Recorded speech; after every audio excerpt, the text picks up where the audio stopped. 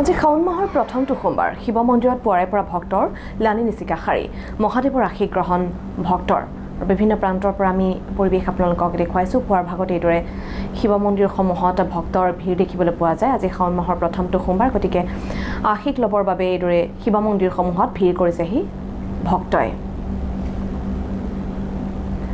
সামগুৰিৰ মহামৃত্যুঞ্জয় মন্দিৰতো ভক্তৰ ভিৰ দেখিবলৈ পোৱা গৈছে আৰু সামগুৰিৰ পৰা এই বিষয়ে অধিক জনাব আমাৰ সাংবাদিক শ্যামেন্দ্ৰ বৈৰাগী হয় আজি শাওন মাহৰ প্ৰথমটো সোমবাৰ আৰু এই প্ৰথমটো সোমবাৰত দেখিবলৈ পোৱা গৈছে যে পুৰণিগুদাম ভেৰভেৰীস্থিত মহামৃত্যুঞ্জয় মন্দিৰত যথেষ্ট ভক্তৰ সমাগম ঘটিছে মই দেখুৱাই আছোঁ ইয়াৰ পৰিৱেশ চাওক এয়া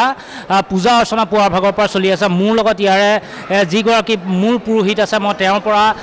পুৱাৰ ভাগতে যিহেতু শাওন মাহ এটা শিৱ বন্দনাৰে আৰম্ভ কৰিব বিচাৰিছোঁ এটা শিৱ বন্দনা শুনিব বিচাৰিছোঁ ओम यस्याग्रे द्राटद्राटलममलं डम डम डम डम डम तैलम तैलम दुतैलम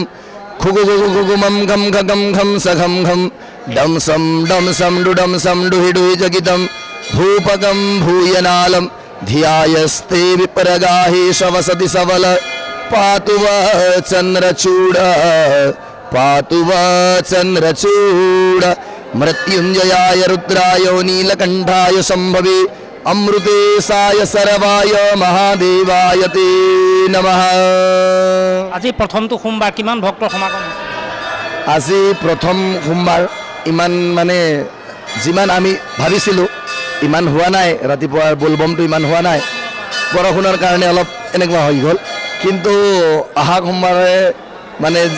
আৰু এইটো ভিৰ তাত গৈ মিলি যাব আৰু তাৰপিছত ইয়াতকেও বেছি হ'ব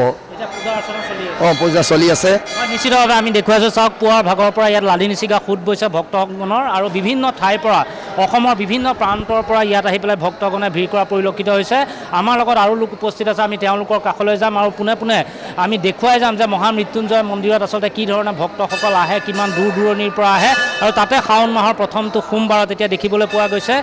যে মহাদেৱৰ শ্ৰীচৰণত আশীষ পোৱাৰ মানসেৰে যথেষ্ট ভক্তৰ সমাগম ঘটিছে আমি এই সমগ্ৰ পৰিৱেশ দেখুৱাই থাকিম আৰু আমি অকণমান আৰু আগুৱাই যাবলৈ চেষ্টা কৰিম কাৰণ চাওক এই গোটেই পৰিৱেশটো কাৰণ পুৱাৰ ভাগৰ পৰা যিহেতু ভক্তৰ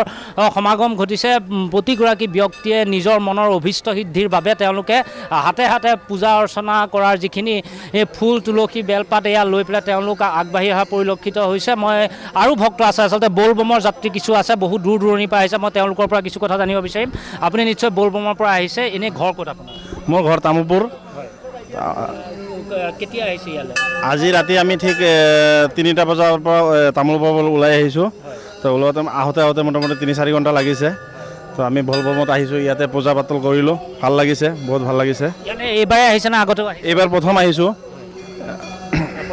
হয় আচলতে শাওন মাহৰ এইটো প্ৰথমটো সোমবাৰ মহামৃত্যুঞ্জয় মন্দিৰত দেখিছে হয়তো যথেষ্ট ভক্তৰ ভিৰ হৈছে আপুনি ক'ৰ পৰা আহিছে আমি তামোলপুৰৰ পৰা আহিছোঁ প্ৰায় আমি 10জনীয়া দল এটা ইয়াত আহি উপস্থিত দিছোঁ আজি আৰু খুব সুন্দৰ এটা পৰিৱেশ আমি শাওনৰ যি প্ৰথমটো সোমবাৰে আমি ইয়াত আহি দেখিছোঁ অগণন ভক্তৰ ভিৰ ইয়াতে আৰু ভিতৰৰ যি আচলতে এটা আধ্যাত্মিক পৰিৱেশ আমাক সঁচাকৈ আপ্লুত কৰিছে আৰু এটা কথা যে ইয়াত আচলতে আমি কিছু পানীৰ এটা সমস্যা কিছু